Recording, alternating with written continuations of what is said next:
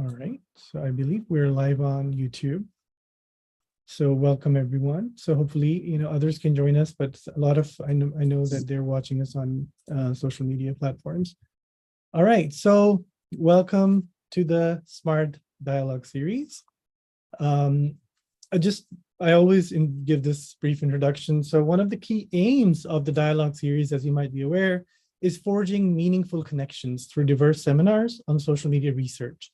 And this is one of them. So the path we've traveled from our very first session is a testament to the dedication and intellectual curiosity that thrives within our community. And it started in 2015. So today's session, much like the ones before, is rooted in the spirit of collaborative learning.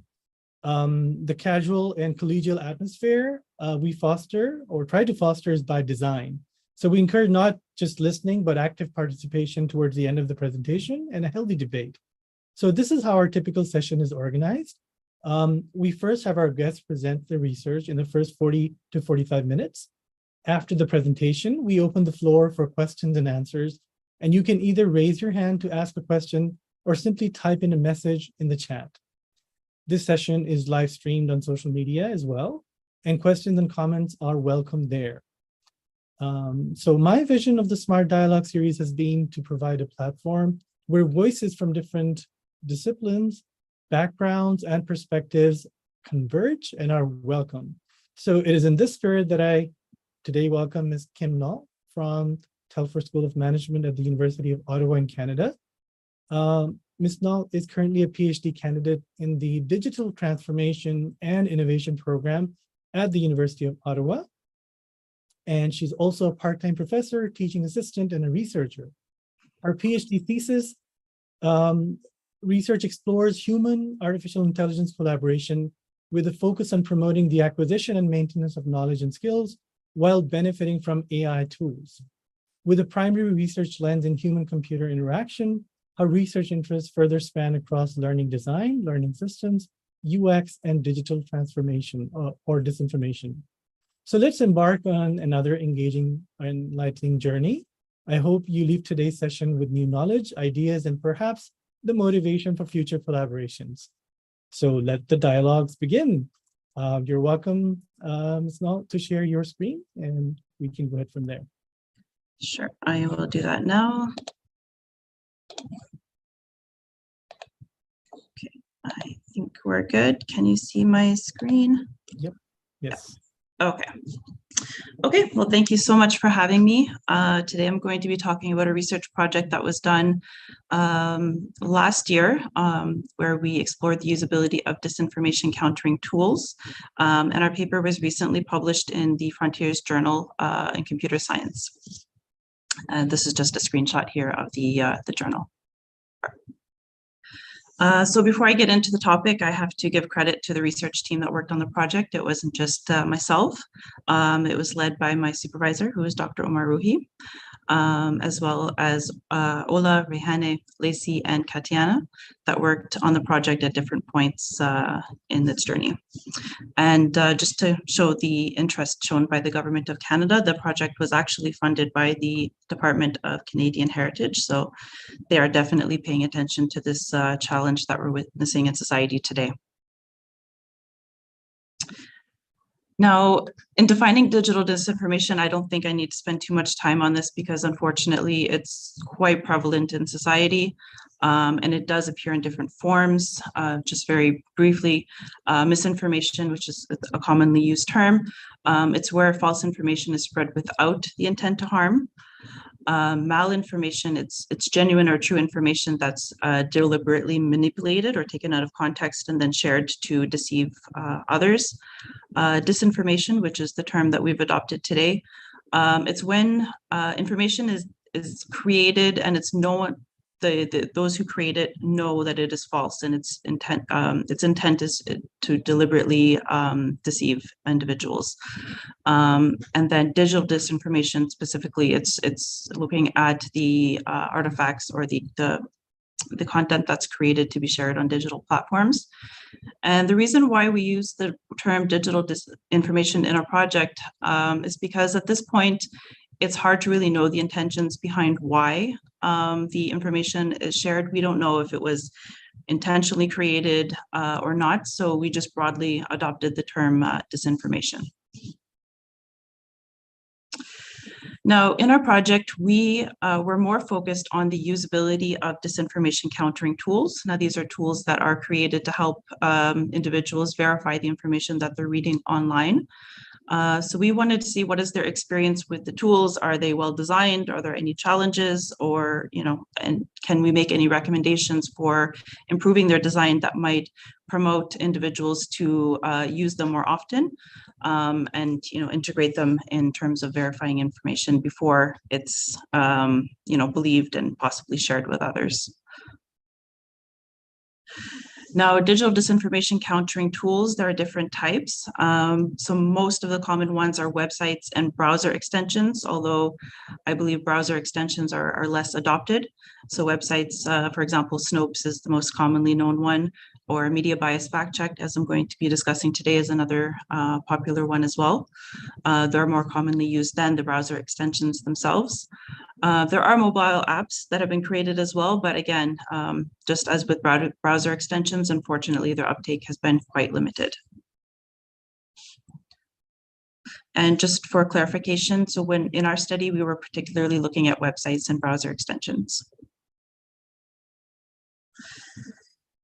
So we wanted to take a multi-method approach in terms of assessing the usability. One common approach is heuristic evaluations, where this is typically carried out by experts, where they're essentially going through a checklist and identifying any usability challenges, what's working well, what should be improved, and they're rating it against general best practices in the industry. User testing, it's where tasks are created based on scenarios, as you will see shortly, and then they recruit participants to then carry out the tasks within those scenarios to see how the product or service works. And then summative evaluations, the types that we adopted were system usability scales. They're often used in usability studies. It's just a quick Likert scale that you can go through to rate your interaction with usually it's an interface. And then at the same time, we also adopted a questionnaire to ask at the end to then compare some of the results that we found in our other evaluations to confirm our findings, or to generally establish how the participants felt about the tools that they interacted with. So as the first step, the heuristic evaluation, we essentially filled out this sheet that was created here, this template, and that was done by myself and 3 other of the team members. And when we interacted with this template, at the end, we suspected that this tool here, it's called Is This Credible? It's actually a website. We expected that this would actually be the preferred tool by the users, because it's, as you can see, it's generally follows the standards for design, a lot of white space, but as I will be discussing shortly, you'll see some of the challenges that we have identified. So after we had our initial kind of hunch, I could say, in terms of which tool would be a better option for the users, based on our own heuristic evaluations, we then continued on to the usability evaluation. Sorry, this should say usability evaluation, not heuristics. And that's where we looked into the 2 websites and 2 browser extensions. Now, you'll be seeing examples of them throughout the presentation as well. And then we recruited, I believe it was 18 participants. So generally for usability studies, it's recommended to have between 5 to 8 participants. Now we're not trying to establish, theoretical, saturation and, develop theory here. We're just trying to generally identify what are the usability challenges. And it has been recommended in research that, between 5 to 8 would give you a good idea of what the challenges are. So that's what we wanted to do in our study. Now we tried to, one just quick note in terms of challenges is that we used a propulsive sampling approach where we were specifically trying to find participants that would identify with different levels of technical capabilities, because we initially suspected that there would be differences actually in how the tools are used and their experiences based on their level of technical capabilities. Now, this was a self-assessed aspect. So that was actually one challenge that we found, is that some of the individuals that they said that they were beginner, they were actually advanced. Some of the intermediates were actually beginners. So that was actually one challenge. And unfortunately, it was difficult to recruit participants that really kind of filled in the advanced category. But we said at least we met the minimum of 5 individuals. And we tried to look at different age groups and educational levels as well. Now, we adopted 3 different scenarios that the individuals were going to use. So we showed them the scenarios first. They went to the websites. Anecdotally, we actually asked them to give their feedback on whether or not they thought that, you know, this information was a legitimate news source and whether the information was actually in fact legitimate. For the most case, individuals were able to identify which ones were or were not legitimate. Although some of the responses that they were giving while they were verifying and interacting with the news sources were a bit worrying, because some of them mentioned that they thought that if the websites were more professionally designed, then that indicated that it would be more legitimate, which is not necessarily the case. So that was one concern, although it wasn't a wide finding across all of the participants. It was only a select few. For this scenario here, it's an example of satire. Again, anecdotally, most of the participants secretly wished that this one was true. At the same time, they laughed and they thought it was funny. And for them, they didn't really give too much weight in terms of whether or not it was true. Actually, they just said that this is the type of news that they might see. They might just kind of laugh at it and maybe share with their friends to have a laugh, but they wouldn't really internalize it and take it as something that was legitimately to be trusted. The next scenario was an example of pseudoscience, where it's claimed that a Chinese herb kills cancer cells. They did post links actually in this scenario, which some of the individuals thought that, you know, they were legitimate links. So they thought that, you know, it could be trustworthy, but most were able to identify it as pseudoscience. And the last example is considered a conspiracy theory, where it's claimed that COVID was a lie. And many of the participants were able to immediately, just based off of the tone of the language used, they were immediately able to distinguish that, you know, this was not in fact accurate. As I mentioned, after the participants went through the scenarios, they did do their ranking on the system usability scale, and that helped us to distinguish where the tools are at in terms of their usability and design. Now, in terms of our findings, the biggest challenges that we found with the tools were related to the design of the interface itself. Now, as kind of a slightly limitation, and it's also a positive at the same time, the worst actually performing website is Media Bias Fact Check. They have since made a lot of improvements to their website, so I don't have specific examples to show, but initially it was very cluttered. The participants were not able to identify, there's multiple search boxes, they were not able to identify which box to use.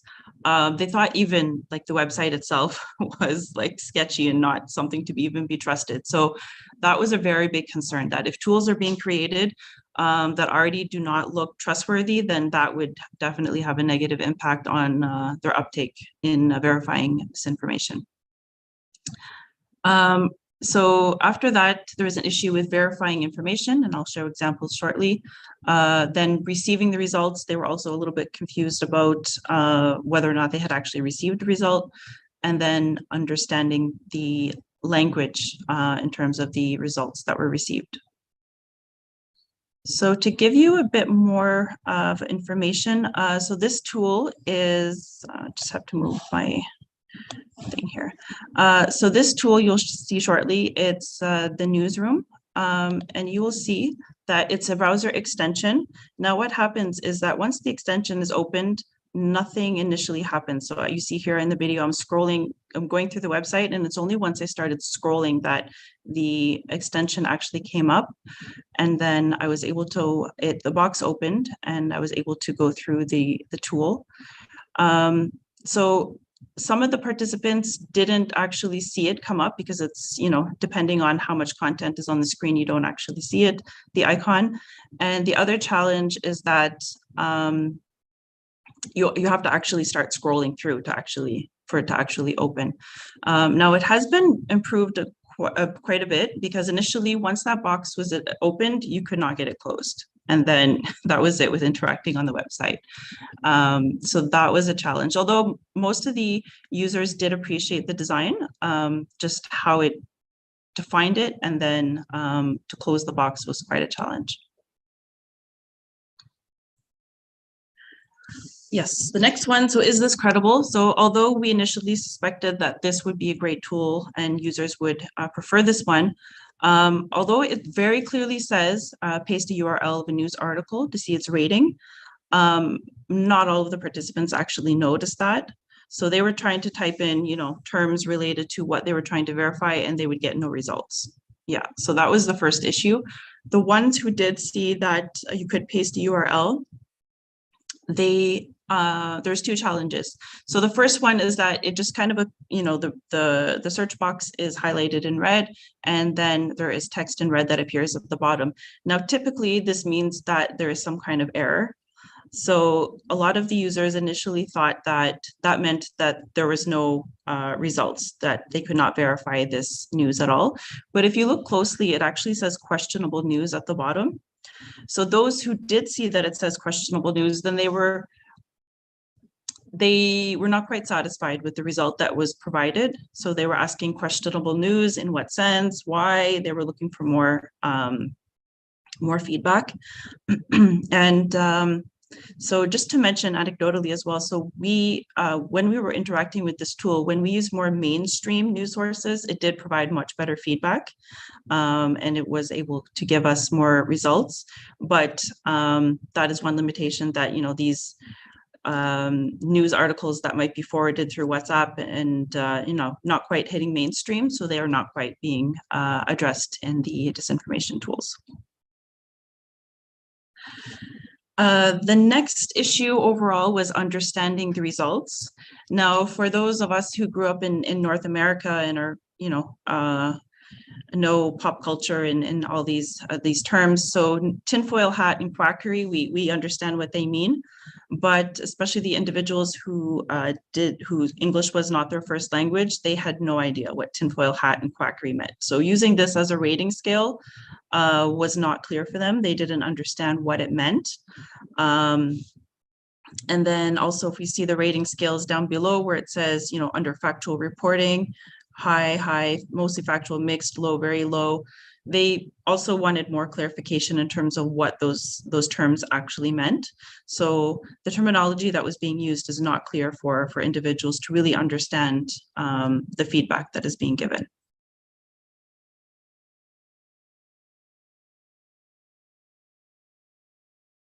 Yeah, the next issue, so this is another tool called Nutrition. It actually has since been discontinued as well, and I will elaborate on that shortly.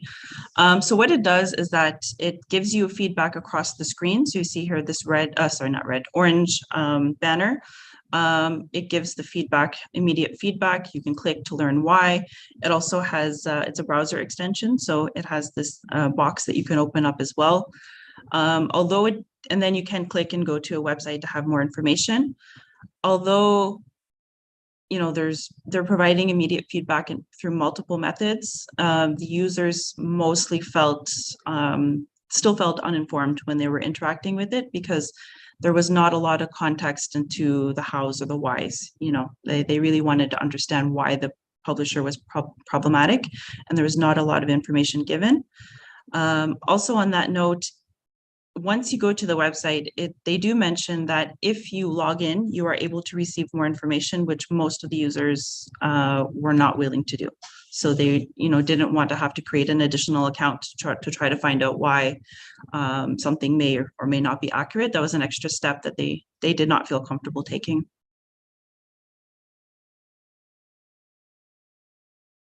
And again, I think I have another video here. Yeah, so Media Bias Fact Check website also has a browser extension that we explored. Now, if you pin it, it's quite useful because you will get a flashing feedback to give you more information on the rating scale that they provide. So you have the flashing feedback, and then if you open it up, it does give the rating. The problem, though, is although most of the participants actually preferred this tool, down below, it just gives a definition of what is considered conspiracy pseudoscience instead of actually providing more context on why that website might be problematic. Yeah, and you'd have to go to the Media Bias Fact Check website to receive more information. Most of the users said that that's not something that they would do. They wanted the immediate information right there, but they did like that they had the initial feedback. So once they were comfortable in trusting the tool, then they would trust that initial feedback that is provided. Then they wouldn't feel the need to go and review further information, but it's of course establishing that that credibility and that trust first to affect whether or not users will further engage with the feedback or not.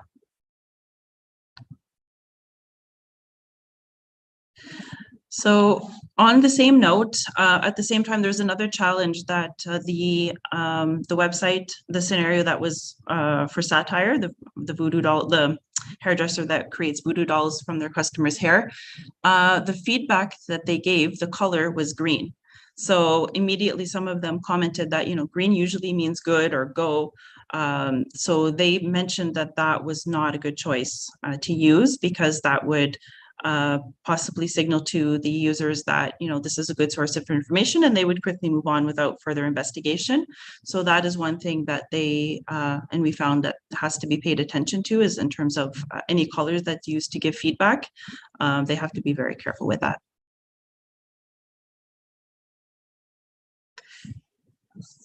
Now, as I mentioned, so after the individuals went through the usability study, the tools and the scenarios were mostly used to identify what the challenges were. And then we wanted to get more information by using the questionnaires to then see what are their overall opinions on the tools, which ones they felt were most up to date and which they would most likely use. We can see here, it's just a very simple bar graph that was used. Just have to get rid of my video here. Okay. Most of the users preferred the browser extensions that are here represented by the E. But, there was a preference in terms of Media Bias Fact Check extension, but, out of the numbers, the differences, there was not a huge difference. So yeah, just by a margin of one participant, they preferred the Media Bias Fact Check extension. So, initially we would think, okay, that's great. There are some preferences, they, possibly would like to use the tool. But when we used the system usability scale, that helped us to identify on a more quantitative aspect, on the more quantitative side, I should say, in terms of what are the actual issues and what is the rating of like how serious those issues are. Now, the scale that we have down here, it's a scale from 0 to 100. So, from about 90 and up, that's excellent. From about 50 and below, that's okay, and between 30 to 40 it's poor. Now, if we see the feedback that we have here from the participants, the highest I believe that we got was to 44, which is still quite horrible. So, even though participants said, some of the tools are better than others, their rating is still not very good at all. So in terms of usability, there's still definitely a lot of work that has to be done to really make and create tools that users really enjoy and are more likely to interact with. and their overall opinion. So as I mentioned, the media bias fact check extension was preferred just because, once you pin that extension, it's there. You don't have to actually go to a website to consult and understand and get feedback. And then, there is an option if they wanted to read more that they could have more information. Yeah, that was their preference. Now, in terms of making recommendations, so our second objective was actually to create recommendations for the design of tools. And in that case, we then came up with design principles, which are general goals that should be met in the user interface design to maximize the usability, as well as specific guidelines which are more specific instructions on how to incorporate the overall goal within a specific design for a specific use case. So in this case, we used existing design principles actually for user interface design. And then we clearly provided more specific design guidelines on how it could be incorporated in terms of the design of the disinformation tools. I would say that the most important aspect to be considered in the design of these tools is the credibility, which we can see up here. And then we gave recommendations for how credibility and trust should be established. So within the problem of disinformation, sometimes there's two sides, and especially as we're seeing nowadays, and through COVID and then the multiple wars that have happened since then, there's kind of two sides or two extremes of thoughts and information that individuals are trying to get out there. So some of it, of course, as in the context of disinformation, it's intentionally manipulated and it's put out there to deceive. So in order for individuals to adopt tools to help them verify the information, they have to be really comfortable and confident in knowing that these tools are actually credible. And definitely, we said the first thing that has to be established is that the tools, there has to be somewhere within the tool that individuals can check how the fact checking is occurring, and the individuals or organizations that are involved in the fact checking process. So definitely in terms of media bias, it's definitely very important to provide the individuals so that way they could be checked as well, and individuals can see whether or not they have any bias or if they're leaning more towards one side or the other. Yes, so that definitely has to be provided to establish credibility and trustworthiness. The issue of anonymous community-based voting. Now, I know Twitter, X, formerly known as Twitter, they have recently adopted this. Now they're not, fact-checking as they used to, and they're using more community notes where individuals can then put notes based on the content that's posted and provide any clarifications. In some cases, it's quite useful, but then there's always the risk of, again, the two sides. If somebody wants to directly manipulate the content that's being posted out there through the community notes, that they are able to do that as well. Nutrition, actually, that tool, they did use community-based voting, and several of our participants did mention this as well, that if there are people that do believe in conspiracy theories, and they recruit a bunch of their friends to come in and vote, upvote or downvote the news, then that would definitely impact the rating, and then it could take the rating of that information one way or the other. So that's definitely something that has to be explored. While I see the benefit of community-based notes and voting, that is definitely a risk. It's at risk for being manipulated. And avoid or minimize the use of advertising. So yes, in terms of media bias fact check, their website previously was cluttered with ads, and that did not establish credibility or trustworthiness at all. People thought they were really just trying to make money or sell something rather than legitimately verify information. So the rest of our recommendations generally apply to the design of tools, the interaction design of tools broadly. in terms of the people that are interacting with the tools. Like this is it's the general population that are interacting with the tools. So, they shouldn't be too complicated and technical that even basic users with very little technical skills can't use them. So they have to be very easy to use. In terms of aesthetically pleasing, there has to be white space. The font should be easy to read and understand. Also avoid the use of pop-ups and new windows because that could confuse the users as well. In terms of consistency, so the design, terminology, and imagery, you should be consistent with what individuals are used to in society nowadays. And coming down to clarity. So the terminology used should be free from jargon and use standard English. So that way everyday users can understand. And even those, as I mentioned, that, English is not their first language, they can understand what the scales mean. And generally, we recommended in our paper as well that the terms should be consistently used across platforms. So it shouldn't be that one platform is using one type of rating scale and terminology and another one's using another.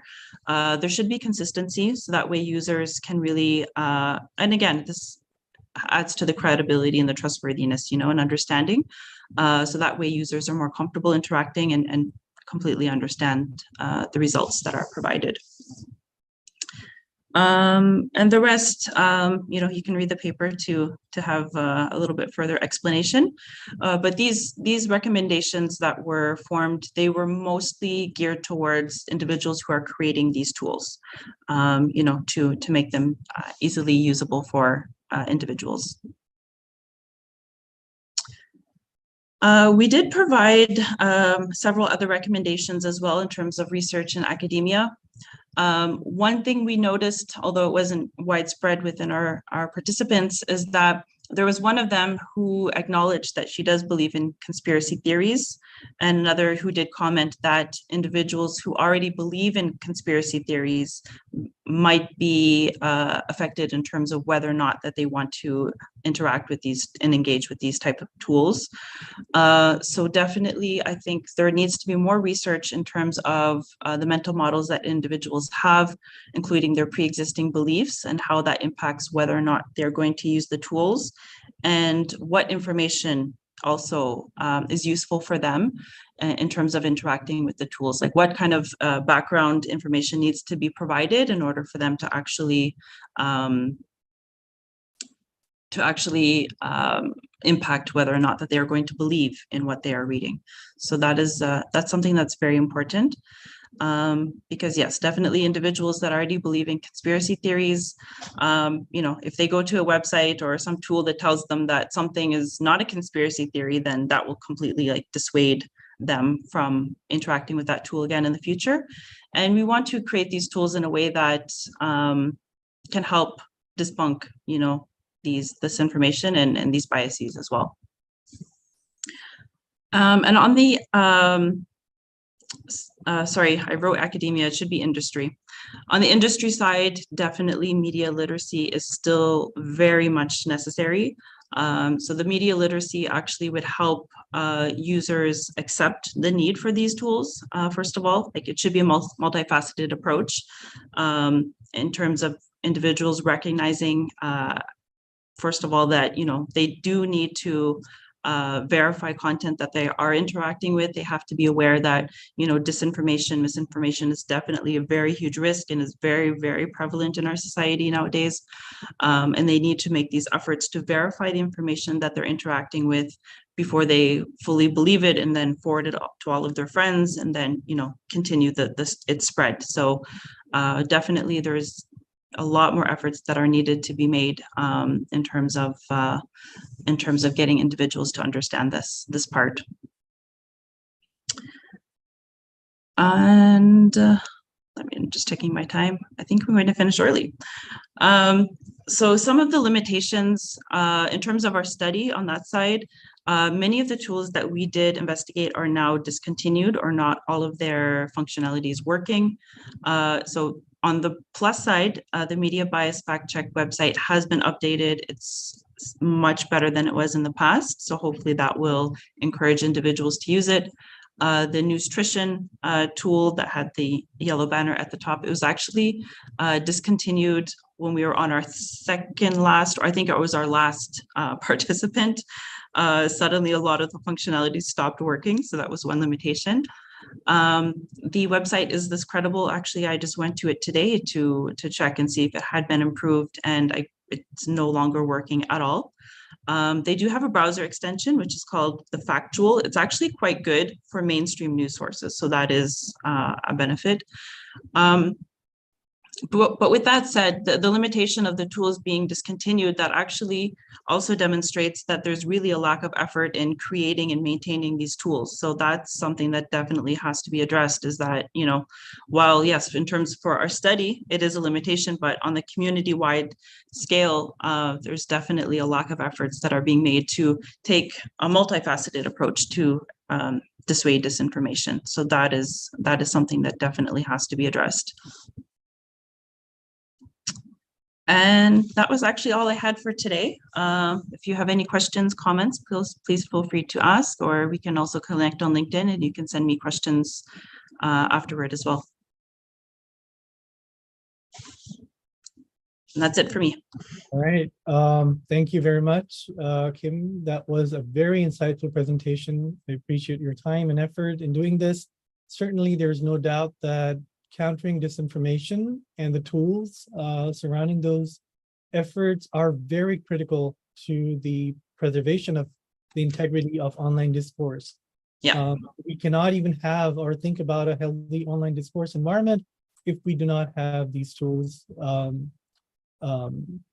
helping us in you know, sifting through what is credible and what's not credible, especially in an age and time where social media, while it affords the opportunity for everybody to participate, it also increases the focus on the users in how they want to sift through this information. So I will open the floor for questions now. As per our tradition, now is a question time. So you're welcome to ask questions.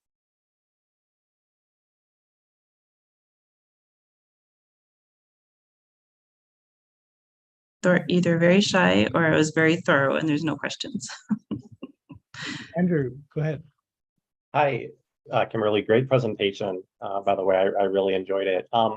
I was very drawn to your design aspects in terms of how that influences people's participation.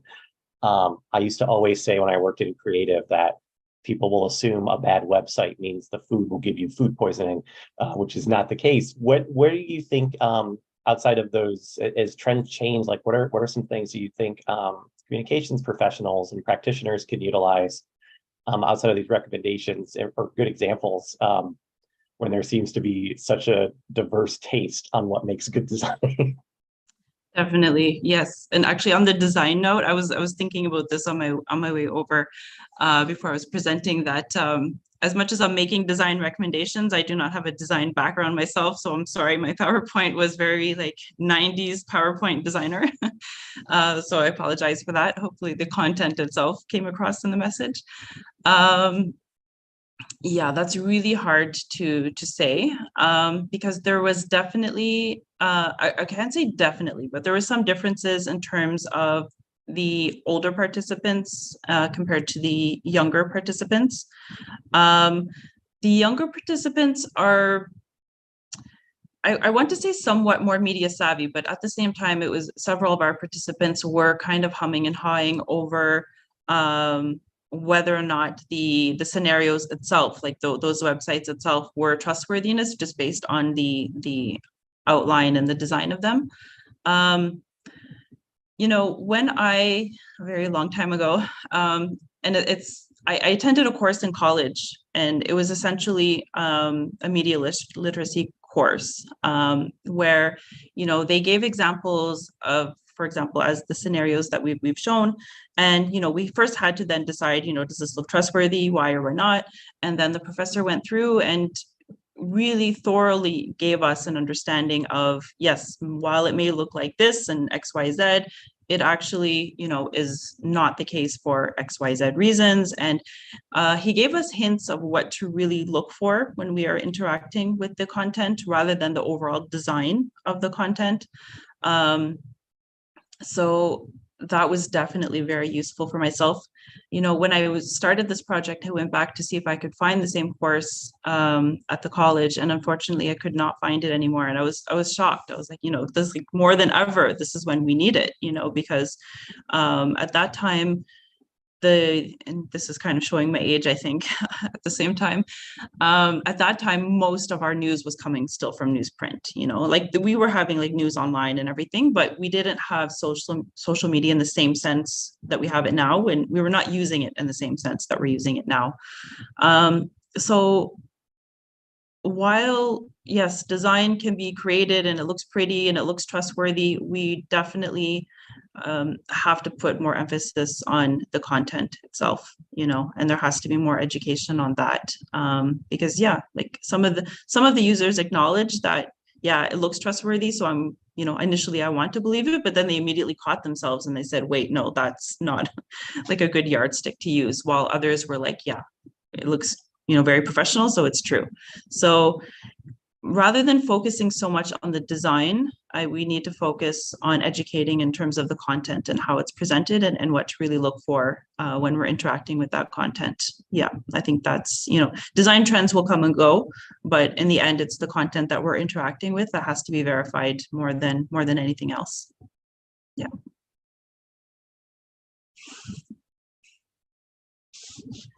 Thank you.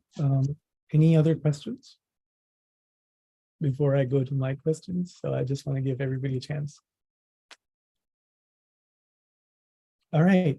All right. So I wanted to ask you, what really caught my attention was when you talked about, first of all, the difference between misinformation and disinformation. Now, we might assume in academia that this is something which is for granted, right? But a lot of people that I have talked to as part of some research projects, and by the way, this happens to be a collaborative research project between us, between the Smart Lab and the research group at Telfer. Disinformation is different from misinformation. So first of all, parsing that out is really important. But what I was really interested in knowing was, so when you mentioned credibility as one of and you highlighted some of the factors that could lead to or enhance credibility or discredit a website. How does that change, especially when we're looking at AI generated videos? And it's just mind-boggling how much content is coming out on various social platforms, especially in the form of short form videos. So how do you think any of these tools can, or did you have a chance to look at video-based disinformation or misinformation that might come out, and how we can possibly at least understand if this video is not credible enough? Yes, that's definitely a huge challenge, and that's kind of on our list of things that we want to explore further, especially since generative AI is increased since especially since the release of ChatGPT and all these other tools that are being created and related to it. And yes, I've actually seen just kind of surveys and polls posted on social media where they've said that most individuals have acknowledged that they cannot identify the difference between, accurate, true videos or images and artificially generated images or video. So this is definitely a huge challenge. When we started this project, there was really only one tool that we found that was able to verify videos. Perhaps videos and images. But to be honest, this tool, in order just for us as the researchers to just consider using it, we were having such a hard time figuring out how to use the tool and what the results even meant. Like, we didn't even feel comfortable enough integrating it in our study to then ask users to use it, because we wouldn't be able to identify whether or not it's actually working, or and how it could work better, or anything. So it was so far behind, like the usability, that we couldn't even use it. With that said, I know that there are efforts now to create tools that can verify. They're not always very good at identifying whether or not the videos are real or not. And for that, like it's hard to say how things are going to go. And I haven't really fully immersed myself in this topic yet, so I'm not really comfortable to comment on it too much. From my own perspective, I know that when just last week, actually, I did come across something that was posted on X, and it definitely elicited a very strong emotional reaction. And then, immediately I wanted to share with my peers and say, look what's happening, look at this. And then I stopped myself. I said, no, wait, I first have to say, like, check, is this actually legitimate? Did this actually happen? And I checked other platforms and the tools, and I wasn't able to find the information. So as difficult as it is, I had to acknowledge that it's something that may be true and it may not be true. And I said, I'm not going to invest too much time on, trying to figure out whether it's true or not. There are other issues happening in the world, unfortunately. So I said, I had to focus more on news that was verified. That's where I had to focus my efforts. And that's one of the challenge, I think, is that when these news are coming up and it elicits an emotional reaction, we initially want to share it, but we have to acknowledge that, we do need to stop, and we do need to kind of really reflect and consider the implications of us sharing this information further and the impacts that it could have. I know, even the war that's going on right now, we don't want to get too many political discussions, but just based on some of the news that people have read, there have been a death of a young boy, and I believe it was Chicago, that was murdered because of the news that his landlord was hearing online, and his mother was also injured, and I think there's also some other incidences as well. So it's something that we have to realize that, while the content that we're interacting with, whether it's images, news, video, it could be biased, it could be real, it could be fake, we're not sure, but we do have to have kind of a filter and stop ourselves from really having that strong emotional reaction, and try to verify the information. And even if news is verified, we still can't take matters into our own hands per se. We have to take a humane approach to what we're interacting with. Certainly. Thank you. I think that really sums up our understanding of how this can be. And I think the onus of responsibility, while we're talking about verification, is also on the social media platforms, because they've got the technology and the resources to have something in place, just like, for example, X does these days. There are, for certain tweets, at the bottom, users have got an option to contribute and verify whether this was legit or not. Okay, so any questions from the audience? I have another question. So this is where we'll wrap up, but especially for our graduate students, I would like you to think about how technology acceptance models, so look at it from a theoretical lens, can be a very good way. I know it's been used quite a bit, but it really helps us see how ease of use and perceived usefulness as two very important factors can determine the usability of having these kind of verification tools. If we feel that, and like Kim was just mentioning a while back, how many were not even interested in going ahead and verifying it, if I heard correctly. And that's for a reason, because if the systems are going to have an additional step into seeing what's going on, because the nature of social media is not like that. The nature of social media is very fast, on the go.